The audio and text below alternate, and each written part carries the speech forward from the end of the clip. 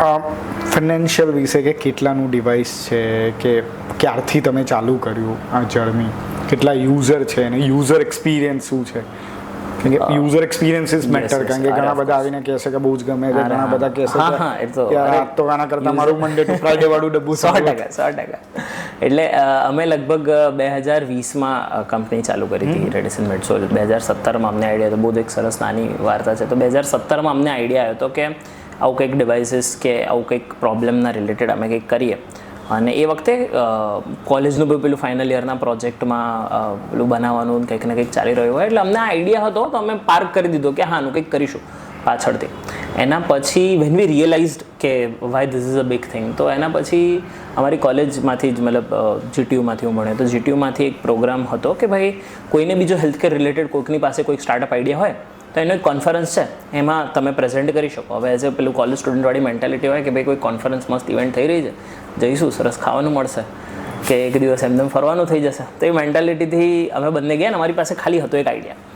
તો અમે જ્યારે ત્યાં આગળ જઈને ઊભા રહ્યા કે ભાઈ ચલો આઈડિયા છે, એટલે અમે એક સિમ્પલ પ્રોબ્લેમ સ્ટેટમેન્ટ એક સાદા પેમ્પલેટ ઉપર બનાવી દીધું કે ભાઈ medication management is a problem, અમારું ડિવાઇસ ને એનાથી અમે 90% અધરન્સ લાવી દઈશું.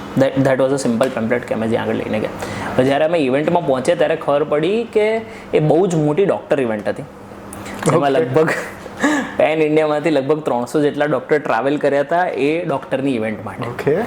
તો ત્યારે અમને ત્યાં આગળ સ્ટોલ મળ્યો હતો કે ભાઈ ત્યાં આગળ સ્ટોલ આવશે ને બધા ડૉક્ટરને બધા વિઝિટ કરશે.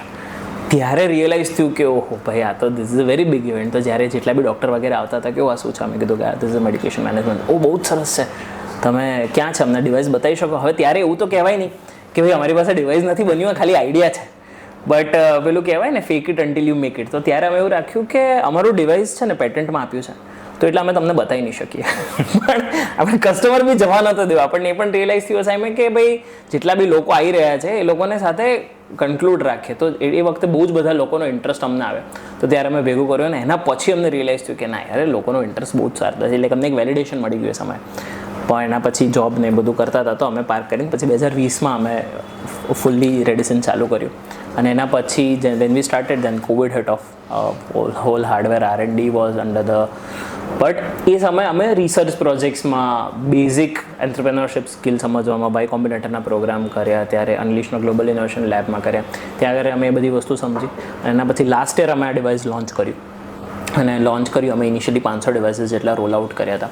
ઘણા બધા હોસ્પિટલ છે, ઘણી બધી home care company are kind, and બહુ જ બધા લર્નિંગ એની સાથે ગઈ કહેવાય ને, પેલું બેટા ફેઝ જેવું અમે એની સાથે લોન્ચ કર્યું. અને ઘણા બધા બહુ જ ઇન્ટરેસ્ટિંગ ઇન્સાઇટ, બહુ બધા ફીચર્સ અમને એકચ્યુઅલી કસ્ટમરમાંથી મળ્યા કે અમારા ડિવાઇસીસમાં કે ભાઈ તમારા પેલા આંખની જે દવાઓવાળા હોય છે એ પ્રકારની બી તમે અંદર રાખી શકો છો. એક અધર કમ્પાર્ટમેન્ટ કરીને અમે એક ફીચર રોલ આઉટ કર્યું, એ પેશન્ટે અમને કીધું. તો બહુ જ સરસ ઇન્સાઇટ મળ્યા. એક કનેક્ટિવિટીનો બી અમને ઇશ્યુ જે તમે કીધું રાઇટલી, અમને કસ્ટમરે બી કીધું કે ભાઈ તમે જો આની અંદર રિમોટ કનેક્ટિવિટી ડાયરેક્ટ લાવી દો કે ભાઈ છોકરો કેનેડા છે, બહુ જ આઈડિયલ યુઝ કેસ કે ભાઈ છોકરો કેનેડા છે કે US છે અને પેરેન્ટ્સ અહીંયા આગળ છે, તો છોકરો કે છે હું ત્યાં આગળથી ઓપરેટ કરી શકું એવું કે થઈ શકે. તો હવે એના માટે અમે વર્ક કરી રહ્યા છે. એટલે ફર્સ્ટ ડિવાઇસીસ અમે વાઈફાઈ બેઝ ડિવાઇસીસ લોન્ચ કર્યું. વાઈફાઈનું હવે અપગ્રેડેશન બહુ જ જોરદાર થઈ ગયું, એના કારણે વાઈફાઈવાળા અમે બંધ કરી દેવા પડે, and then we shifted to Bluetooth technology. Okay, તો હવે બ્લૂટૂથ ટેકનોલોજી જેને ઇનિશિયલી અહીંયા આગળ છે લોકોના માટે છે ને, અમે હવે GSM મોડ્યુલ ટેકનોલોજીમાં જઈ રહ્યા છે કે જ્યાં આગળ તમે રિમોટથી બી ગમે ત્યાં આગળથી કરી શકો.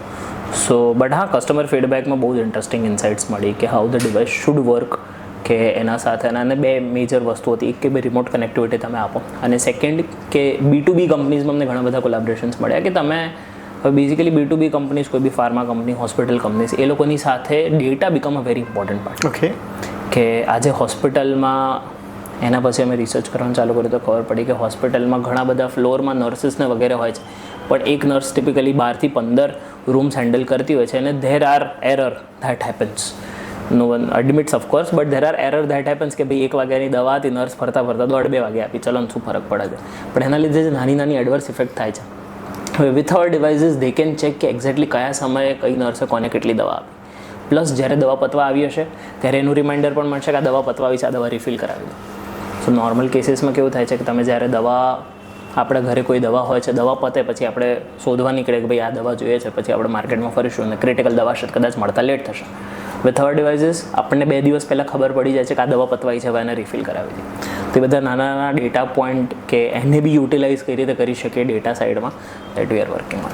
સો જેટલા તમે ફીચર મેન્શન કરે એ હિસાબે તો મને એમ લાગે છે કે આ બહુ જ એક્સપેન્સિવ ડિવાઇસ હશે. હા એટલે device MRP is around ₹6,000 and retail we sell around 4,500 થી 5,000 ની વચ્ચે.